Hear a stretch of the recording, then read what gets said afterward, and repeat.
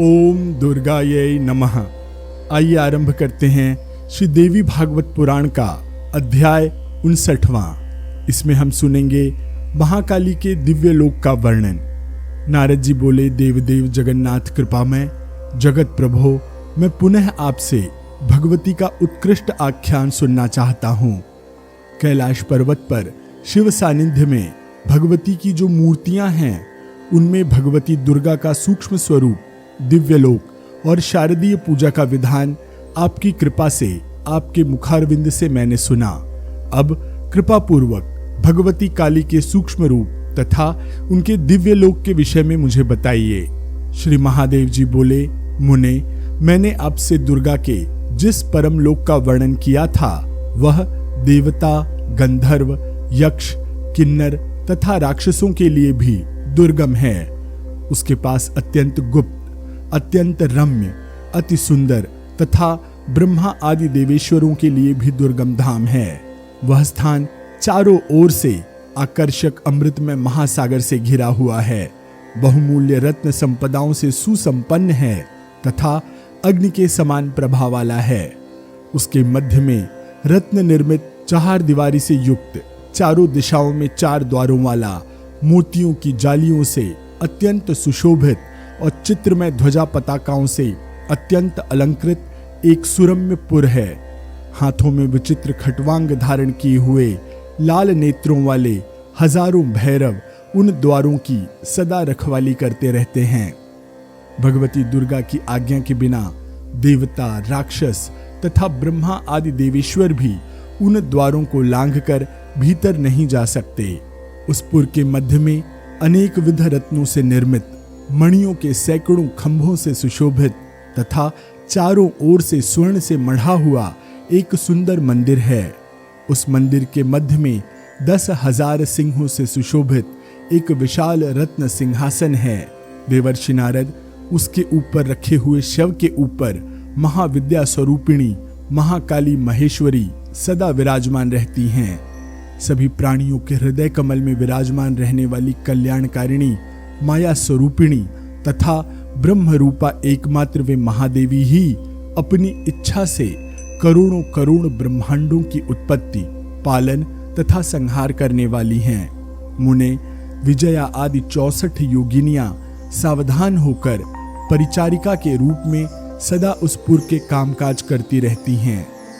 उन भगवती के दाहिने भाग में महाकाल सदाशिव विराजमान हैं, जिनके साथ प्रसन्न होकर महाकाली सदा विहार करती रहती हैं।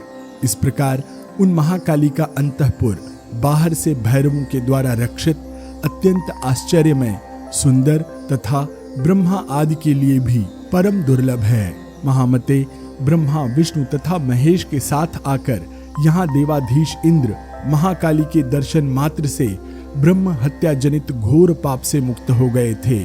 उस समय ब्रह्मा, विष्णु तथा इंद्र ने देवाधिदेव सदाशिव की कृपा से ही वहां पर परम देवता भगवती काली का दर्शन प्राप्त किया था। वत्स, मुने, अब मैं उसके बाहर का वर्णन कर रहा हूँ, आप सावधान होकर सुनिए। रत्न निर्मित परकोटों से चारों ओर से घिरा हुआ बाहर की ओर एक आंगन है। उसमें रत्न के तोरणों अर्थात बंधनवारों से सुशोभित चारों दिशाओं में 4 द्वार हैं। समस्त गणनायक उन द्वारों की निरंतर रक्षा करते रहते हैं और महामते, उनके भीतर कामाख्या आदि उपयोगिनियां रक्षक के रूप में स्थित रहती हैं। उसके बाहर अनेक ब्रह्मांडों में निवास करने वाले कई करोड़ ब्रह्मा तथा असंख्य विष्णु भगवती के दर्शन की उत्कट अभिलाषा के साथ उनमें ध्यान पारायण होकर सदा उपस्थित रहते हैं। उसके बाहर अनेक प्रकार के रत्नों से विनिर्मित 4 द्वार हैं। करोड़ों गण उन द्वारों की सदा रखवाली करते रहते हैं। उन द्वारों के बाहर इंद्र आदि करोड़ों देवेश्वर केवल एक बार भगवती के दर्शन की आकांक्षा लेकर उनके ध्यान में तत्पर रहते हुए बहुत देर तक प्रतीक्षारत रहते हैं। इसी प्रकार भगवती की आज्ञा का पालन करने वाले करोड़ों सेवक अनेक विध रत्नों से परिष्कृत अन्य बहुत से द्वारों की रक्षा करते रहते हैं। उस पुर के उत्तर में विचित्र भ्रमरों से युक्त तथा खिले हुए पुष्पों से सुशोभित अत्यंत रमणीय परिजात वन प्रसिद्ध है। उस वन में सर्वदा वसंत छाया रहता है और मंद मंद हवा बहती रहती है। वहां ब्रह्मा विष्णु आदि प्रमुख देवता विचित्र पक्षियों का रूप धारण कर महाकाली के चरित का मधुर स्वरों में गान करते रहते हैं। मुनिश्रेष्ठ, उस पुर के पूर्व भाग में अत्यंत सुंदर तथा सुरम्य सरोवर स्थित है। वह सरोवर स्वर्णिम कमल, कल्हार तथा कुमुद के पुष्पों से अत्यंत सुशोभित रहता है। गुंजार करते हुए भ्रमर समुदाय के पंखों से प्रवाहित वायु से हिलते हुए चंपक तथा अशोक पुष्पों से उस सरोवर का तट अत्यंत मनोहर प्रतीत होता है। वह सरोवर विविध वर्णों की मणियों से निर्मित सोपानों से चारों ओर से मंडित है। महामते, इस प्रकार भगवती का वह सुरम्यपुर वर्णन से परे है। इसी प्रकार वहां पर अन्य 9 महाविद्याओं में प्रत्येक का अलग अलग सुंदर पुर है और उनके भी दाहिने भाग में नानाविध रूप धारण किए भगवान सदाशिव पृथक पृथक विराजमान हैं। उन सदाशिव के साथ वे महाविद्याएं पृथक पृथक विहार करती हैं। इस प्रकार श्री ब्रह्ममयी महाकाली स्थान वर्णन नामक 59वां अध्याय पूर्ण हुआ। आइए आरंभ करते हैं अध्याय 60वां। इसमें हम सुनेंगे वृत्रासुर के वध के लिए देवराज इंद्र का दधीचि से अस्थियां मांगना, दधीचि का प्राण त्याग और इंद्र द्वारा दधीचि की अस्थियों से वज्र बनाकर वृत्रासुर का संहार।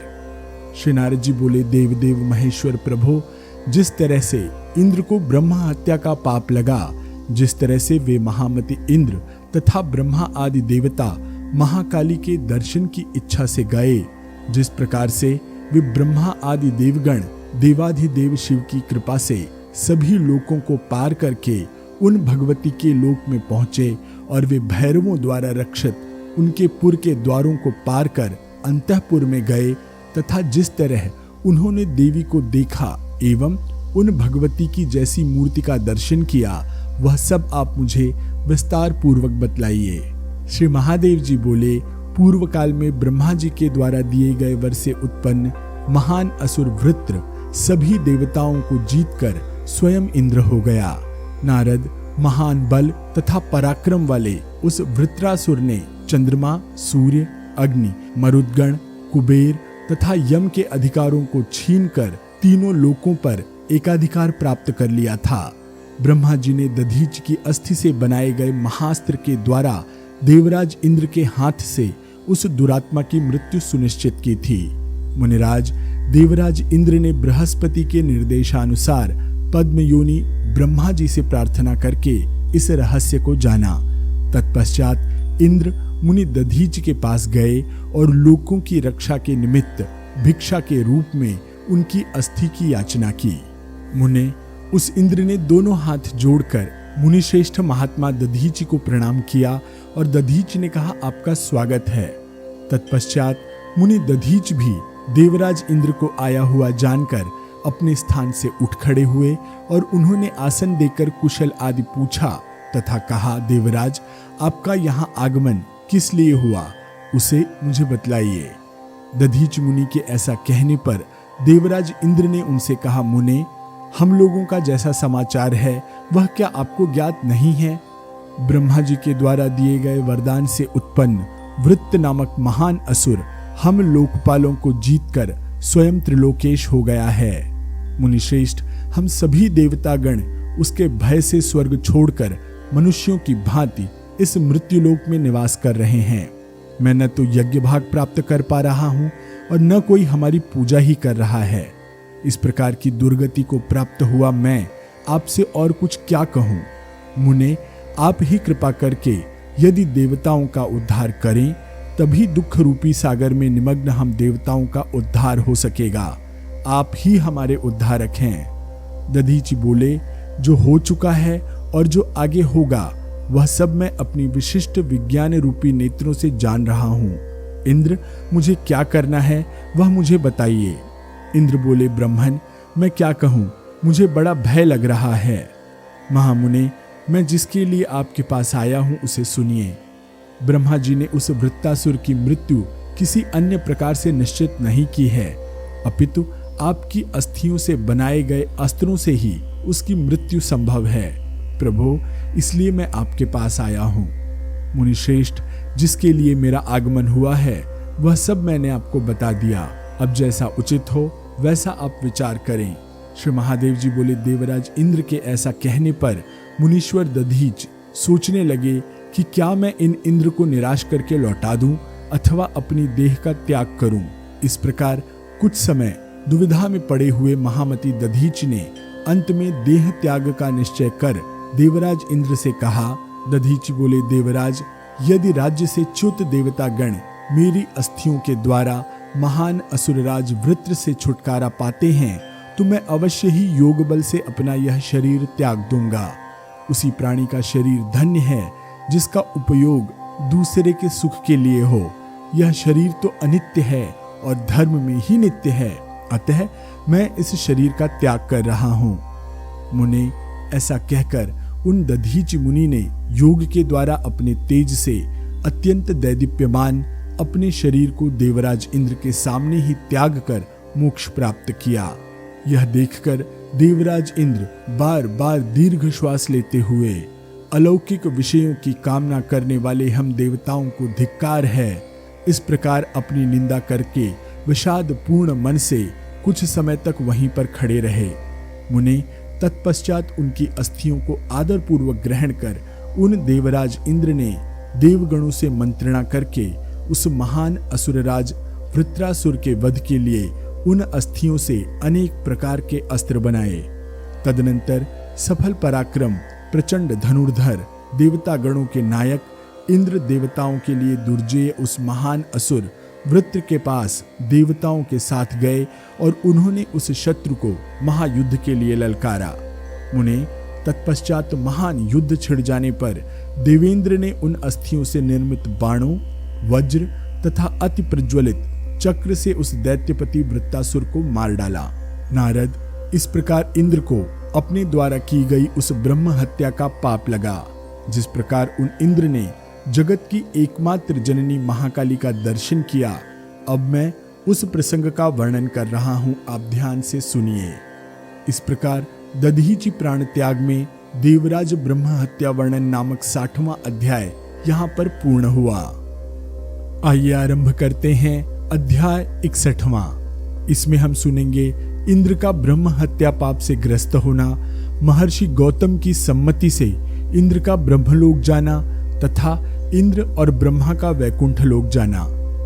श्री महादेव जी बोले, महामते, युद्ध में दुर्धर्ष वृत्तासुर का संहार करके ऐरावत हाथी पर आरूढ़ होकर सभी देवगणों से घिरे तथा ब्रह्मर्षियों से स्तूयमान एवं विजय उत्सव के लिए उत्सुक देवराज इंद्र ने अपनी पुरी में प्रवेश किया। अपनी सभा में बैठकर नम्रता पूर्वक इंद्र ने श्रेष्ठ देवगणों एवं देवर्षियों से स्निग्ध गंभीर वाणी में पूछा। इंद्र बोले, मुनिश्रेष्ठ दधीच, मेरे कथनानुसार अपनी अस्थियां मुझे देने के लिए अपना शरीर त्याग कर स्वर्ग चले गए। इस कारण मुझे ब्रह्म हत्या का पाप लगा है। मैं उससे कैसे मुक्त हूँ? इसके लिए अब क्या करूं? विप्रगण, आप कृपा पूर्वक मुझे बताएं। ऋषिगण बोले, वे मुनिश्रेष्ठ दधीचि तो जीवन मुक्त थे और वे स्वेच्छा से स्वर्ग गए। इस कारण वृत्रसूदन, आपको पूरी ब्रह्म हत्या नहीं लगी है। देवराज, उस पाप का नाश करने के लिए महापापों का नाश करने वाले अश्वमेध नामक महायज्ञ को आप करें। महाबुद्धिमान बृहस्पति एवं अन्य देवताओं ने भी ऐसा सुनकर इसमें अपनी सहमति बताई। तब शांत चित्त होकर इंद्र अंतःपुर में चले गए। देवगण भी अपने अपने स्थान को चले गए। मुनिश्रेष्ठ, तब देवराज इंद्र ने विधि पूर्वक बहुत दान दक्षिणा सहित अश्वमेध यज्ञ किया। एक बार देवताओं की सभा में देवर्षि नारद ने पधार कर देवराज से कहा, देवराज, आपने यद्यपि यज्ञ कर लिया है किंतु ब्रह्म हत्या अभी भी आपको लगी हुई है। उसे मिटाने के लिए आपको यत्न करना चाहिए। इंद्र बोले, मैंने उस पाप की शांति के लिए अश्वमेध महायज्ञ किया, फिर भी वह वर्तमान ही है। अब आप ही बताएं मैं क्या करूं? नारद जी बोले, बुद्धिमान इंद्र, आप अपने गुरु गौतम ऋषि के पास जाकर इसका उपाय पूछें। वे मुनि सर्वज्ञ हैं और आपको इसका उपाय अवश्य बताएंगे। गुरु का कथन श्रेष्ठ शास्त्र है, गुरु का कथन श्रेष्ठ तप है। करुणा में गुरु प्रसन्न होकर जैसा कह देते हैं वही होता है, उससे भिन्न नहीं। सभी वेदों का यही मत है कि गुरु की आज्ञा के अनुसार कर्म करना ही श्रेष्ठ प्रायश्चित है। उनके आज्ञा अनुसार कर्म करके पाप से आपकी मुक्ति हो जाएगी। श्री महादेव जी बोले, ऐसा कहने पर नारद मुनि अपने उत्तम स्थान को चले गए और इंद्र भी शीघ्र ही महर्षि गौतम के आश्रम पर गए। उन्होंने मध्याह्न के सूर्य के समान तेजस्वी, सिर पर पिंग वर्णी जटाओं से सुशोभित और ब्रह्मा के ध्यान में लीन उन महात्मा गौतम को देखा। वृत्रासुर को मारने वाले इंद्र ने साक्षात शिव के समान अपने गुरु को देखकर उनकी प्रदक्षिणा की और पृथ्वी पर दंडवत गिरकर साष्टांग प्रणाम किया। समाधि के विराम होने पर गौतम ऋषि ने देवराज इंद्र को आया जानकर उनसे पूछा, तात अब अपनी कुशल बताएं। इंद्र बोले, प्रभो आपके दर्शन से ही मेरा सब कुशल मंगल है। मुने, जिसके आप जैसे गुरु हो उसके लिए कहीं अमंगल नहीं हो सकता, किंतु मुझसे अनजाने में एक पाप हो गया है, जिसके निस्तार हेतु मैं आप गुरुवर के सम्मुख उपस्थित हुआ हूँ। महामते, वृत्रासुर के वध के लिए दधीचि मुनि की अस्थियां लेने के कारण मुझे दुर्निवारिणी ब्रह्म हत्या लग गई है। उसके शमन के लिए मैंने अश्वमेध यज्ञ भी किया, किंतु फिर भी उसका संभवतः निवारण नहीं हो रहा है। गुरु, मेरा चित्त अत्यंत दुखी है। नाथ, आप इस ब्रह्म हत्या के निवारण का उपाय मुझे बताइए, जिससे मेरा निस्तार हो। धर्म के मर्मज्ञ आप, जिसके रक्षक और गुरु हैं, उस पर भी यह बहुत दुखदायक पाप स्थायी रूप से लग गया है। गौतम बोले, वत्स तुम दुखी मत हो, तुम्हारा पाप बहुत समय तक नहीं टिकेगा। मैं तुम्हारी बात सुनकर उस पूर्व पाप की शांति के लिए उपाय बताता हूँ। मुनिश्रेष्ठ दधीच कोई साधारण ब्राह्मण नहीं थे। वे जीवन मुक्त महात्मा, दूसरे विश्वेश्वर के ही समान थे। सूर्यनंदन, उनकी हत्या से उत्पन्न तुम्हारा घोर पाप अश्वमेध यज्ञ से कैसे मिट सकता है? यदि तुम इस ब्रह्म हत्या से मुक्त होना चाहते हो तो वहां जाकर महापातक नाशिनी भगवती महाकाली के दर्शन करो। इंद्र बोले, वे पापनाशिनी महाकाली कैसी हैं और कहाँ रहती हैं, यह मुझे बताइए, जिससे मैं जाकर उन महेश्वरी के दर्शन कर सकूं। गौतम बोले, मैंने वेद और आगम शास्त्रों में जैसा देखा है वैसा आपको बताता हूँ। मुझे नहीं मालूम कि परात्परा महाकाली कहाँ विराजती हैं। सभी श्रुतियों में ऐसा बताया गया है कि महेश्वरी महाकाली के दर्शन से मनुष्य अपने ब्रह्म हत्यादि पापों को भी नष्ट कर देता है। इंद्र बोले, मुझे लगता है कि इस पाप से मेरी मुक्ति नहीं हो सकेगी, क्योंकि मुझे कभी यही ज्ञात नहीं हो पाएगा कि वे जगदम्बा विराजती कहाँ हैं। गौतम बोले, तत्वदर्शी योगी जन दीर्घ काल तक युगांत दर्शिनी उग्र तपस्या से महाकाली के दर्शन करते हैं। जो ऐसा कर पाता है उसके समक्ष योग गम्या सनातनी जगन माता महाकाली प्रकट हो जाती हैं। किंतु तुम तो देवताओं के राजा हो, राष्ट्र का पालन करने वाले हो। राज्य पालन के दायित्व को छोड़कर तुम ऐसा तप कैसे कर सकोगे? इसलिए उनके भुवन में जाने के अतिरिक्त उनके दर्शन का दूसरा उपाय तुम्हारे लिए मुझे नहीं दिखाई देता।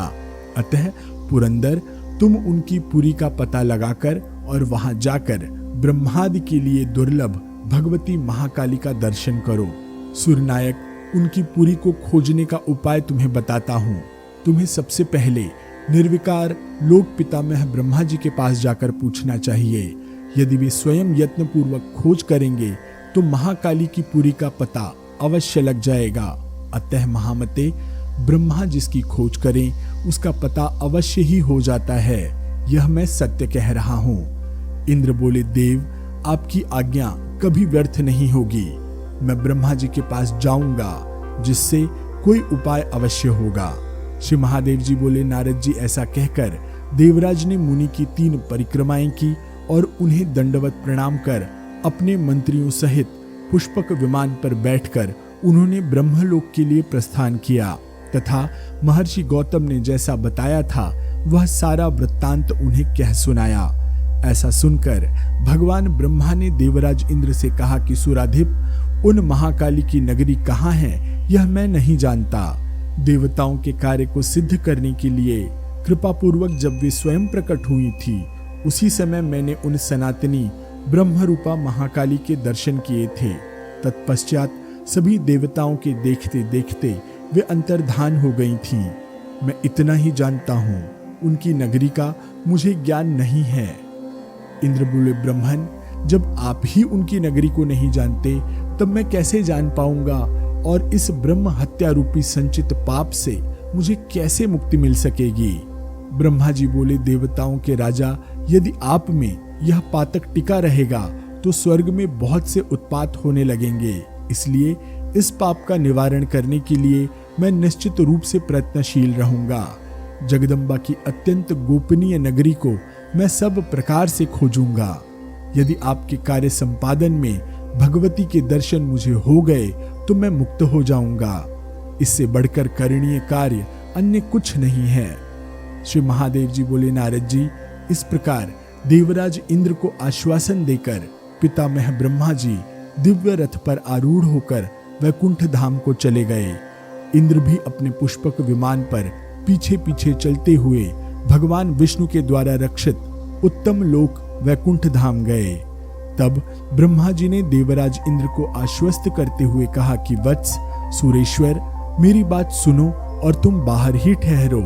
मैं भगवान विष्णु के धाम में अंदर प्रवेश कर रहा हूँ। तब परब्रह्म भगवान विष्णु की आज्ञा प्राप्त होने पर तुम भी भीतर आ जाना। ब्रह्मा जी के ऐसे वचन सुनकर देवराज इंद्र ने वैसा ही किया। ब्रह्मा जी वहां पहुंचे जहां जगन्नाथ भगवान विष्णु विराजमान थे। उनके हृदय पर कौस्तुभ मणि शोभा पा रही थी। नवीन मेघ के समान उनका श्याम वर्ण था। उन्होंने शंख, चक्र और गदा धारण कर रखे थे तथा लक्ष्मी एवं सरस्वती उनके साथ विराजमान थीं। ब्रह्मा जी को आया देखकर भगवान विष्णु ने शुभागमन विषयक प्रश्न पूछे।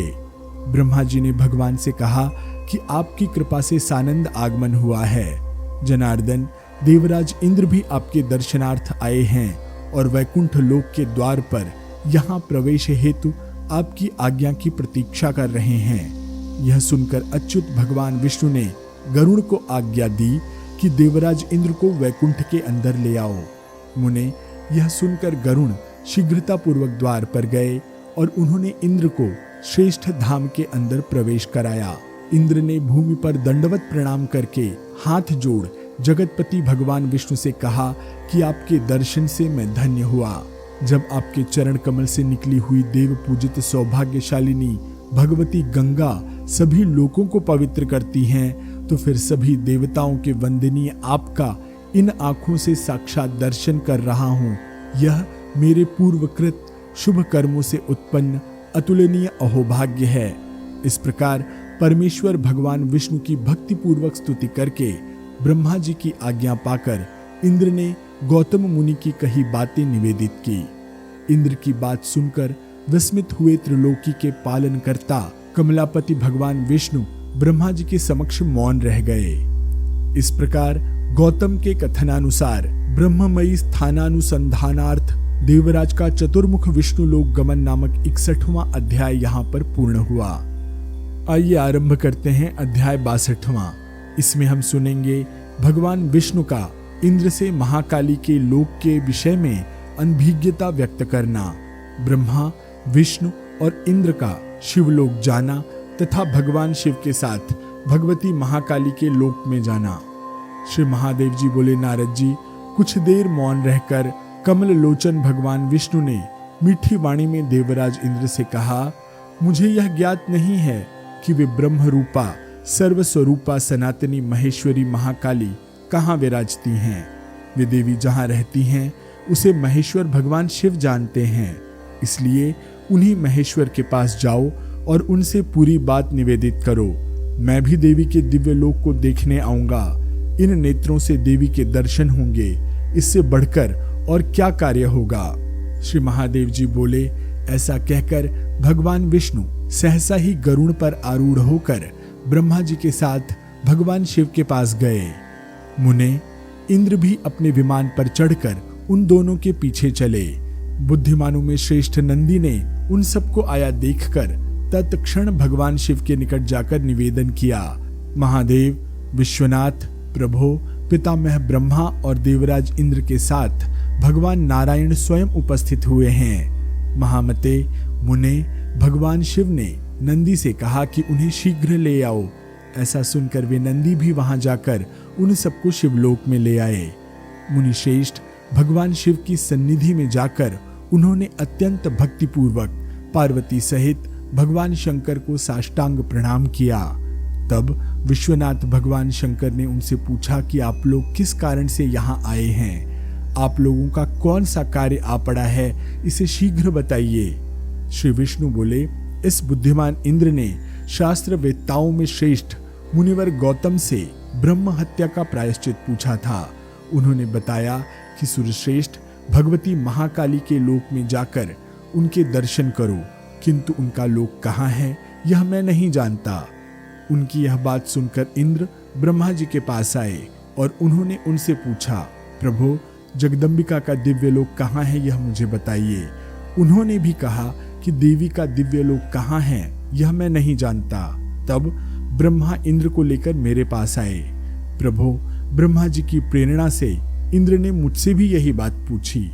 यह सुनकर विस्मित हुआ मैं उन दोनों के साथ यहाँ आया हूँ।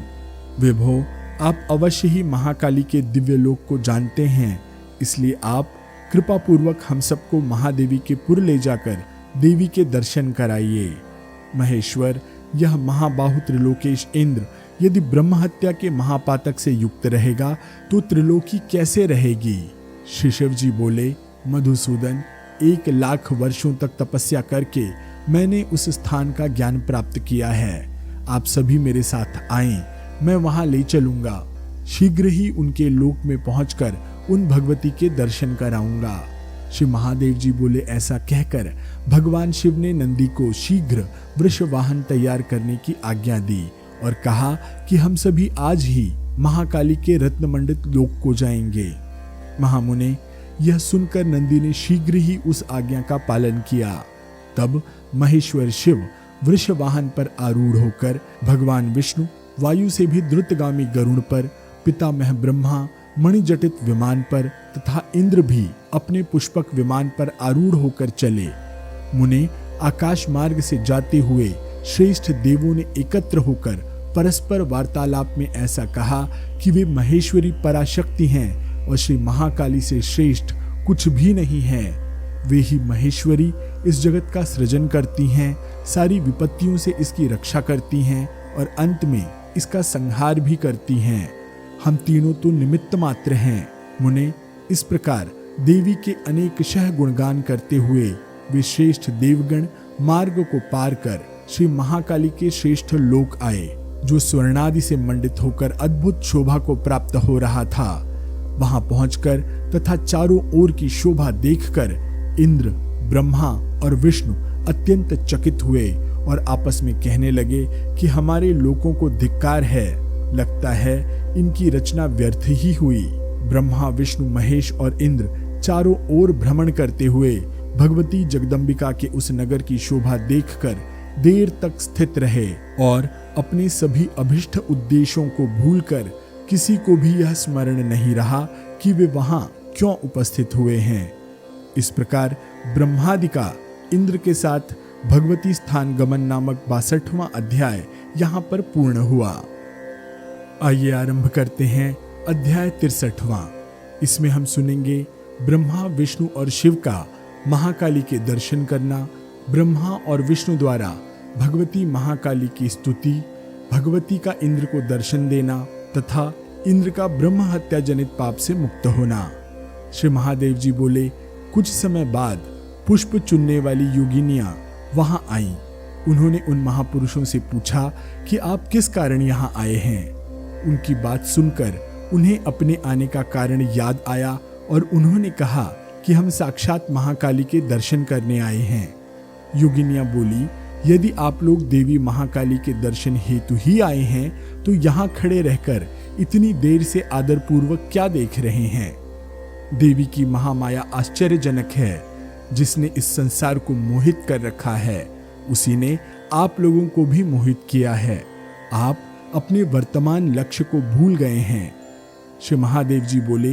इतना कहकर वे सभी चली गईं और सभी देवता परस्पर कहने लगे कि इतनी देर से यहाँ आकर हम लोग खड़े खड़े क्या कर रहे हैं। भगवान विष्णु ने सदाशिव से कहा कि आपके द्वारा हम लोग इतनी देर से क्यों मोहित किए जा रहे हैं।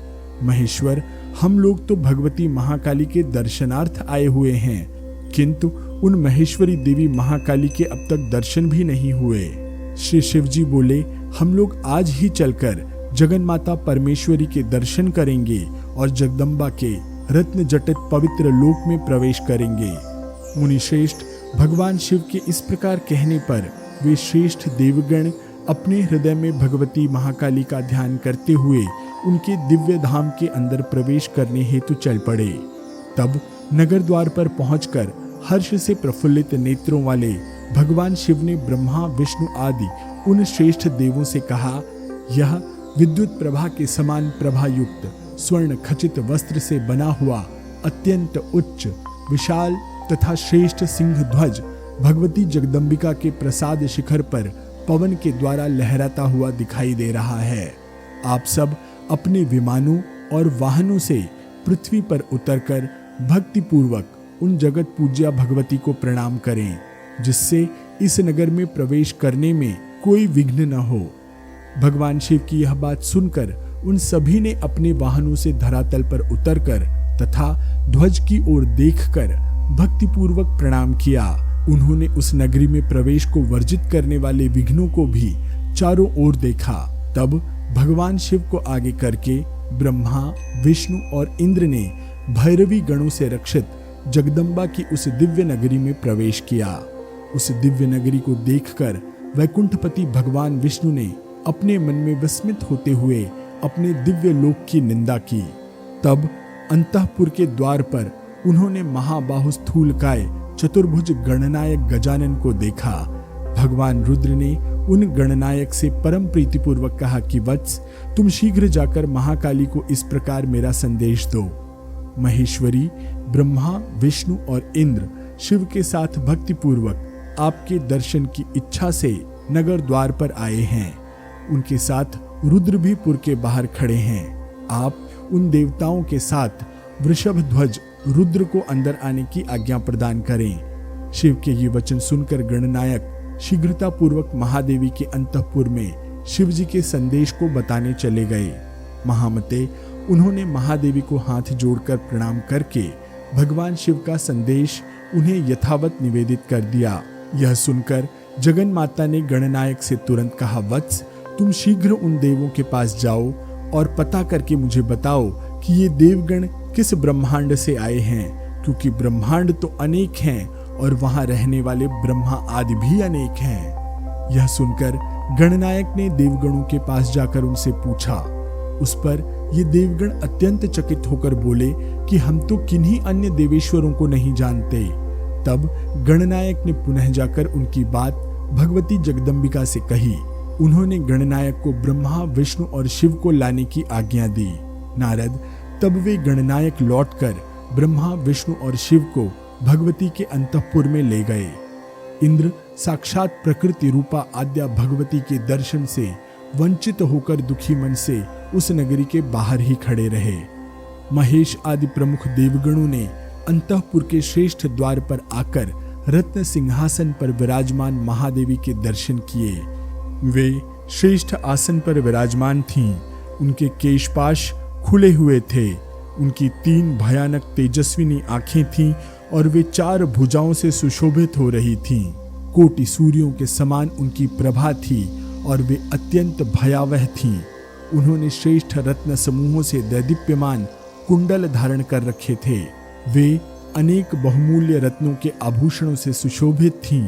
मेघ के समान कांति वाली थीं। विकराल दाढ़ों से युक्त वे दिगंबर रूप में विराजमान थीं तथा विश्ववंद देवगण उनकी स्तुति कर रहे थे। सभी में विद्यमान रहने वाली तथा उत्तम लोक में निवास करने वाली मुंडमाला से सुशोभित उन जगदम्बिका की सेवा में सखियां रत्न जटित दंड वाले चंवर डुला रही थीं। उसी समय उन त्रिदेवों ने कठिनाई पूर्वक जिनका दर्शन संभव था और जो कालाग्नि के समान तेजस्विनी थी, उन महादेवी की दाहिनी ओर स्थित महाकाल सदाशिव को देखा। उनके नेत्र और मुख भय उत्पन्न करने वाले थे। वे जटा मुकुट से सुशोभित थे तथा उन्होंने हाथ में कपाल और खटवांग धारण कर रखा था एवं उनकी आंखें मद से घूम रही थीं। उनके मस्तक पर अर्धचंद्र सुशोभित था। उनकी आभा कज्जल के समान कृष्ण वर्ण की थी। ऐसे अनादि पुरुष, लोक संहारक, कोटि सूर्य के समान आभा से युक्त, सर्प का आभूषण धारण किए, व्याघ्र चर्म को धारण करने वाले और चिता भस्म से विभूषित परमेश्वर का उन्होंने दर्शन किया।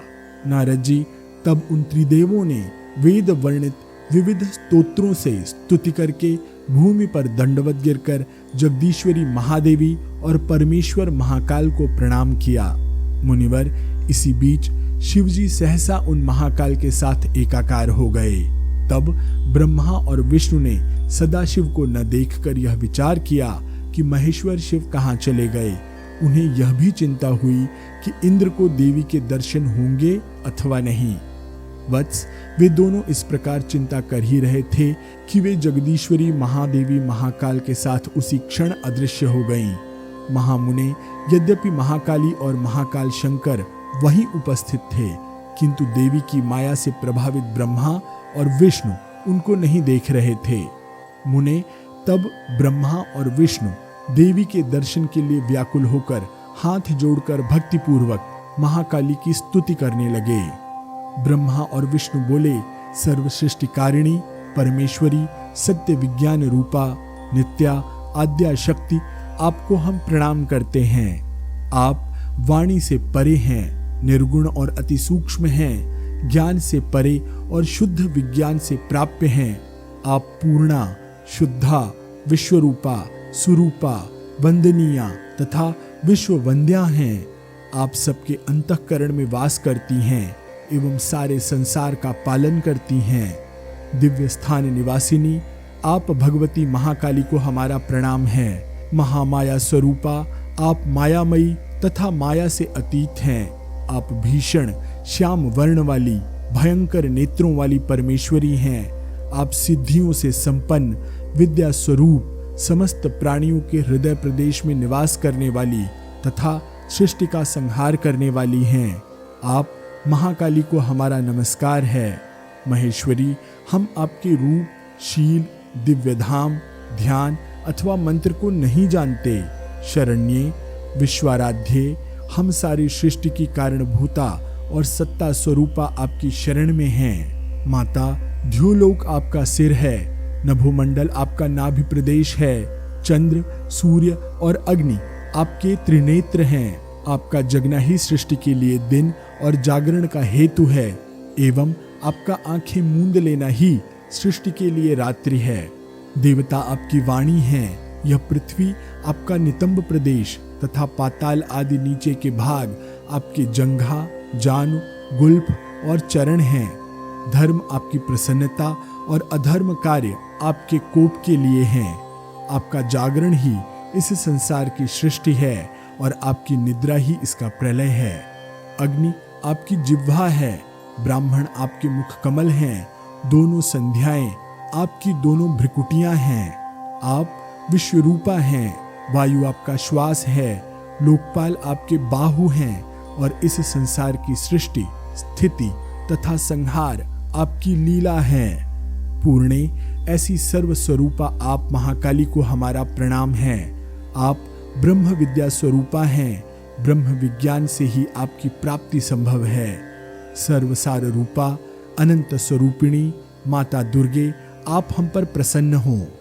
श्री महादेव जी बोले, मुनि श्रेष्ठ, इस प्रकार उन दोनों के स्तुति करने पर भगवती महाकाली प्रसन्न हुई और उन्होंने महाकाल के साथ उन्हें पुनः दर्शन दिया। महाबाहु भगवान शंकर भी महाकाल के उस शरीर से पुनः बाहर निकलकर रजत पर्वत के समान आभा से युक्त सुशोभित होने लगे। उन्होंने जगदम्बा से कहा कि इंद्र भी भक्तिभाव से आपके दर्शन हेतु आए हैं और नगर के बाहर प्रतीक्षा में खड़े हैं। महेश्वरी, आप आज्ञा दें तो आपके पास लाकर आपके इस दिव्य लक्षणों से संपन्न श्रेष्ठ विग्रह के उन्हें दर्शन करा दें। महामते, भगवान शंकर के ये वचन सुनकर जगदम्बिका महाकाली ने महादेव से कहा, महादेव, यदि आप देवराज इंद्र को मेरे दिव्य लोक में लाना चाहते हैं तो सुरश्रेष्ठ आप ऐसा ही करें। देव, दधीच की हड्डियां ग्रहण करने का उसका जो ब्रह्म हत्या रूपी महापाप था वह तो मेरे धाम के बाहर आने से ही प्रायः नष्ट हो गया है। महामते, जो कुछ बचा है उसके शमन के लिए मेरे इस अंतर्ग्रह के थोड़े से रजकण उन्हें दे दें। तदनंतर पाप रहित हुआ इंद्र जब मेरे समीप आएगा तब मेरे दुर्लभ दर्शन उसे प्राप्त हो सकेंगे। श्री महादेव जी बोले, महाकाली से इस प्रकार आदेश पाकर महेश्वर शिव ने वहां जाकर महादेवी के अंतःपुर की रज इंद्र को देकर उसे दिव्यलोक में प्रवेश कराया। महामुने, इंद्र ने महादेवी के अंतःपुर में प्रवेश करके पद पद पर पृथ्वी तल पर गिरकर जगदम्बिका के चरणों में प्रणाम किया। नारद जी, इंद्र भगवान सदाशिव के साथ भगवती के भवन के द्वार पर आए और उन्होंने देव दुर्लभ त्रैलोक के जननी को देखकर भूमि पर दंड की भांति गिरकर उन्हें प्रणाम किया। तत्पश्चात सुरश्रेष्ठ इंद्र ने उठकर वेद शास्त्रों में वर्णित स्तोत्रों से उन जगतवंद्या महाकाली का स्तवन किया। तत्पश्चात मुनिश्रेष्ठ महेश्वरी को पुनः प्रणाम करके ब्रह्मा आदि श्रेष्ठ देवगण अपने अपने लोक को चले गए। मुनिश्रेष्ठ, आपने मुझसे जो पूछा था वह महाकाली के दिव्य दर्शन का अत्यंत पुण्यमय आख्यान मैंने आपसे बताया। जो मनुष्य भक्ति के साथ प्रयत्न पूर्वक इस आख्यान का पाठ अथवा श्रवण करता है उसके ब्रह्म हत्या जनित पाप नहीं रहते। उसे 100 अश्वमेध यज्ञों से होने वाले महापुण्य की प्राप्ति होती है तथा स्वास्थ्य, अपार संपत्ति और पुत्र पौत्रादि का सुख प्राप्त होता है। जो मनुष्य अष्टमी, चतुर्थी अथवा नवमी की रात्रि को ध्यान पूर्वक इसका पाठ करता है वह देवी के श्रेष्ठ लोकों को प्राप्त करता है। अमावस्या की अर्धरात्रि में तथा पूर्णिमा को जो इसका पाठ करता है उसे 10,000 गायों के दान का पूर्ण फल प्राप्त होता है। नारद जी, उसके संकट तुरंत नष्ट हो जाते हैं और शीघ्र ही उसकी उन्नति का मार्ग प्रशस्त हो जाता है। उसे शत्रुओं से किसी प्रकार का भय नहीं रहता और जगदम्बा की कृपा से संग्राम में उसकी सदा विजय होती है। पितरों के श्राद्ध दिवस पर जो एकाग्र चित्त होकर इसका पाठ करता है उसके पितृगण संतुष्ट होकर श्रेष्ठ कव्य का भोग करते हैं। महामुने, यदि अन्याय से उपार्जित धन से भी श्राद्ध किया जाता है अथवा इस प्रकार की अन्य कोई त्रुटि हो जाती है तो भी पितरों के लिए वह श्राद्ध परम प्रीतिदायक होता है। इस प्रकार श्री भगवती द्वार गमन से देवराज ब्रह्म हत्या हरणोपाख्यान नामक 63वां अध्याय यहाँ पर पूर्ण हुआ। आइए आरंभ करते हैं अध्याय 64वां। इसमें हम सुनेंगे भगवान शंकर के गायन से विष्णु का द्रवीभूत होना, ब्रह्मा जी द्वारा उस द्रव रूप गंगा को अपने कमंडलों में धारण करना और भगवती गंगा का द्रवमयी हो पृथ्वी पर आना। श्री नारद जी बोले, परमेश्वर, आपने कृपा पूर्वक महापापनाशक, पुण्यप्रद, धन्य करने वाला और दिव्य आख्यान मुझे सुनाया। मैंने जैसा पूछा था आपने भगवती के उस अद्भुत तथा रहस्यमय तत्व को और उन नित्या महामाया के जन्म कर्मादिक की लीला कथाएं भी सुनाई। अब आगे उन भगवती परा प्रकृति के अंश से हिमवान के घर में उत्पन्न भगवती गंगा के दिव्य चरित्र को सुनने की मेरी इच्छा है। प्रभु, जिस प्रकार जगदम्बा की वह एकमात्र पापहारिणी द्रव्य मूर्ति उत्पन्न हुई और जिस प्रकार से वे इस चराचर त्रिलोक को पवित्र करती रहती हैं और जिस प्रकार संसार के उद्धार हेतु उन्होंने पृथ्वी पर अवतार लिया, यह सब तथा अन्य भी उनका महात्म्य मुझे विस्तार से बताइए। श्री महादेव जी बोले, वत्स सुनो, मैं तुम्हें पुण्यों में भी परम श्रेष्ठ पुण्य स्वरूपिणी कथा सुनाता हूँ जिसे सुनकर पापी मनुष्य भी जन्म मरण वाले इस संसार के बंधन से मुक्त हो जाता है। प्राचीन काल में गंगा के विवाह महोत्सव की बात सुनकर भगवान विष्णु ने गंगा सहित प्रसन्न हुए भगवान शंकर को देखने की इच्छा से सत्कार पूर्वक उन्हें अपने वैकुंठपुरी में बुलाया। महामुने ब्रह्मादि देवगण भी परमेश्वर शिव तथा जगन्नाथ विष्णु के दर्शन की लालसा से वहां पहुंचे। यह बात सुनकर मारीची आदि दूसरे महर्षिगण भी एक सुंदर सभा का निर्माण करके वहां दिव्य आसनों पर विराजमान हो गए। एक सुंदर रत्न सिंहासन पर महेश्वर शिव को बैठाकर प्रसन्न चित्त से भगवान विष्णु ने निवेदन किया, महेश्वर कोई गीत सुनाइए। आप दीर्घ काल तक सती के वियोग से दुखित और व्यग्र चित्त रहे हैं। उन सती ने अपने अंशावतार से आपको पुनः प्राप्त कर लिया है। देववंदित, आपको गंगा के साथ प्रसन्न चित्त और प्रसन्न मुख देखकर हम सब भी बड़े प्रसन्न हैं। विश्वेश, इसीलिए अत्यंत प्रीति उत्पन्न करने वाला आपके मुख से निकला हुआ गान हम सुनना चाहते हैं। महेश्वर, आप कृपा पूर्वक गायन करें। अमित तेजस्वी भगवान विष्णु के ऐसे वचन सुनकर भगवान शंकर ने अत्यंत अद्भुत, श्रेष्ठ और मनोहर गायन प्रस्तुत किया। मुनि श्रेष्ठ अत्यंत मनोहारी पहले गीत को सुनकर सभी ब्रह्मादि श्रेष्ठ देवगण मुग्ध हो गए। नारद जी दूसरे गीत को सुनकर वैकुंठपति भगवान विष्णु के शरीर में रोमांच हो आया और वे संज्ञा शून्य होकर पृथ्वी पर गिर पड़े। मुनिश्रेष्ठ, तीसरे गीत को सुनकर वे परमेश्वर भगवान विष्णु क्षण भर में द्रवीभूत हो गए। मुनिश्रेष्ठ, विष्णु के द्रवीभूत होने से वैकुंठ में बाढ़ आ गई और चारों ओर जल व्याप्त हो गया। तब ब्रह्मादि श्रेष्ठ देवगणों ने सचेत होकर समस्त विष्णुधाम वैकुंठ को जल से व्याप्त देखा। उस लोक के अन्य सभी स्थानों को विष्णु की जलमयी मूर्ति से व्याप्त देख देखकर वे अत्यंत विस्मित हुए। तदनंतर शिव के गायन से भगवान विष्णु की द्रव रूपता को जानकर ब्रह्मा जी ने उस जल को अपने कमंडलू में रख लिया। गंगा की एक मूर्ति भगवान शिव के साथ थी और उस कमंडलू में प्राप्त जल से उनकी दूसरी द्रवमयी मूर्ति भी प्राप्त हो गई। मुने, गंगा की जलमयी मूर्ति को कमंडलू में लेकर लक्ष्मी और सरस्वती को आश्वस्त करके ब्रह्मा जी अपने धाम को चले गए। भगवान शिव भी गंगा को साथ लेकर कैलाश आ गए। नारद जी सभी अन्य देवगण भी स्वर्ग को चले गए। मुनिश्रेष्ठ, इस प्रकार द्रवमयी होकर त्रैलोक के पावनी गंगा ब्रह्मा के कमंडलू में स्थित हो गई। जिस प्रकार देवी गंगा विष्णु पद पहुंची और उन सूरेश्वरी ने विष्णु पादोद्भवा नाम प्राप्त किया और लोकोद्धार हेतु प्रार्थना किए जाने पर उन्होंने जिस प्रकार पृथ्वी पर अवतार लिया तथा जैसे चतुर्मुखी होकर सबके कल्याण के लिए चारों दिशाओं में वे बह निकली, अब उस आख्यान को सुनो। इसी के साथ गंगा का द्रव रूप वर्णन नामक 64वां अध्याय यहाँ पर पूर्ण हुआ। आइए आरंभ करते हैं अध्याय 65वां।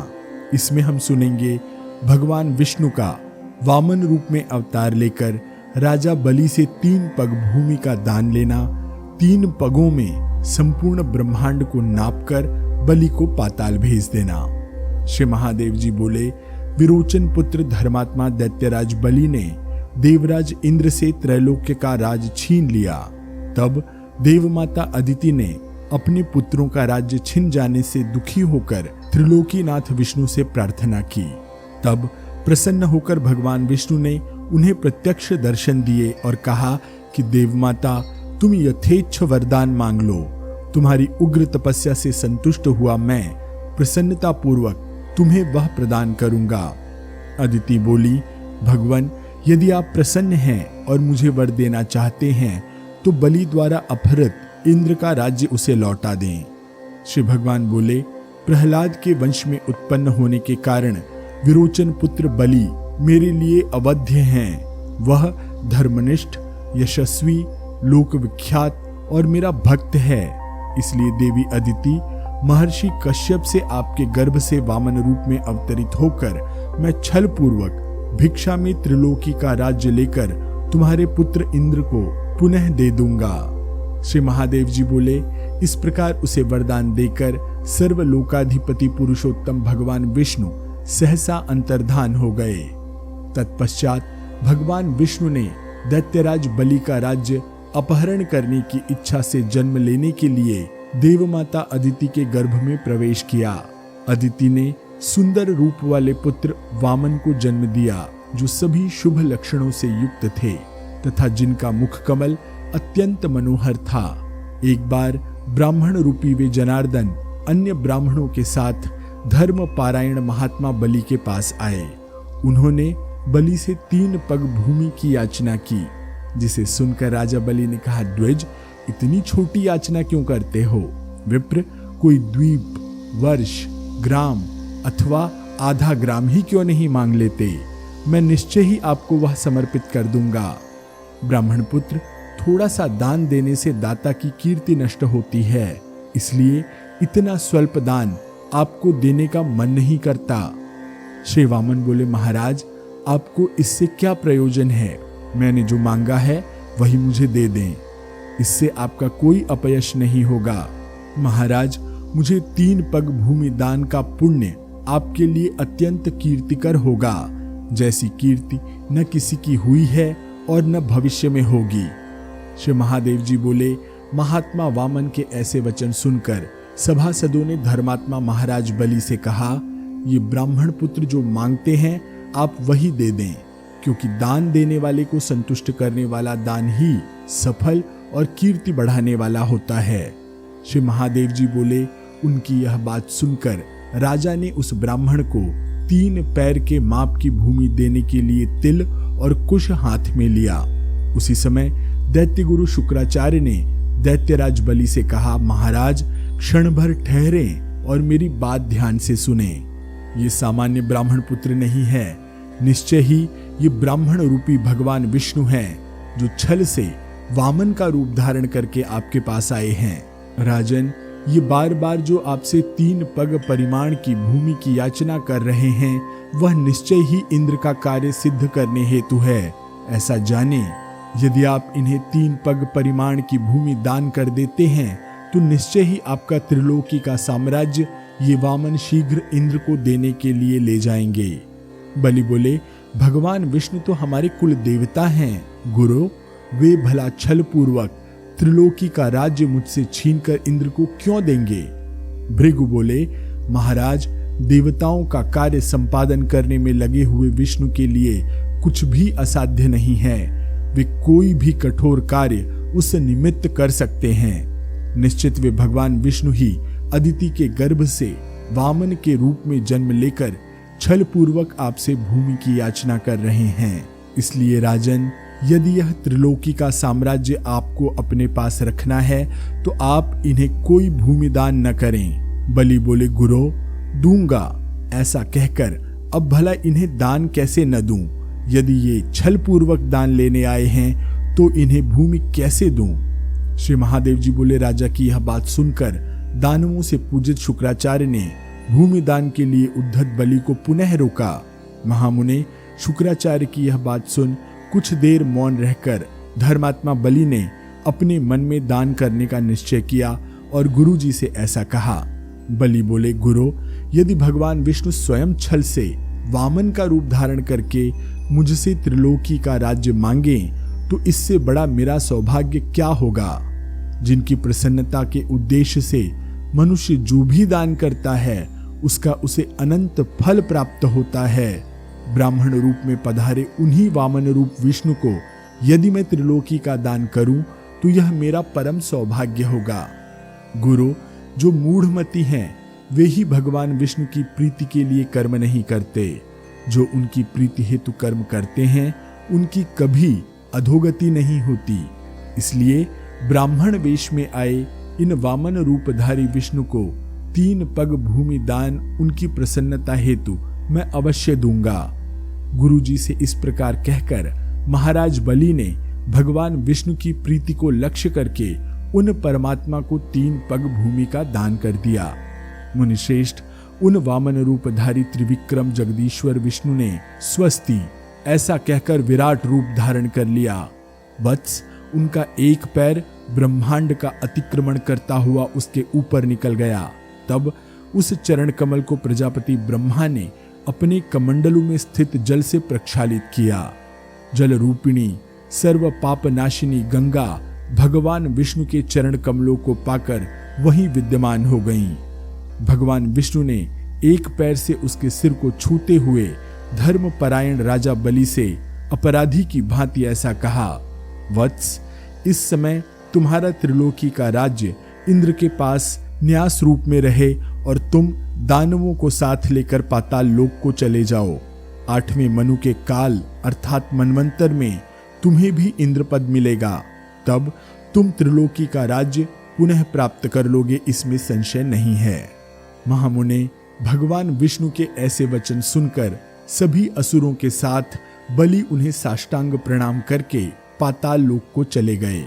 जगन्नाथ सुरेश्वर भगवान विष्णु वैकुंठ लोक को चले गए और लोक पावनी गंगा उनके चरणों में स्थित हो गई। इस प्रकार बाली पाताल यात्रा कथन नामक 65वां अध्याय यहाँ पर पूर्ण हुआ। शेष कथा अगले अंक में मैं आशीष पी मिश्रा आपसे आज्ञा लेता हूँ। ओम दुर्गायै नमः।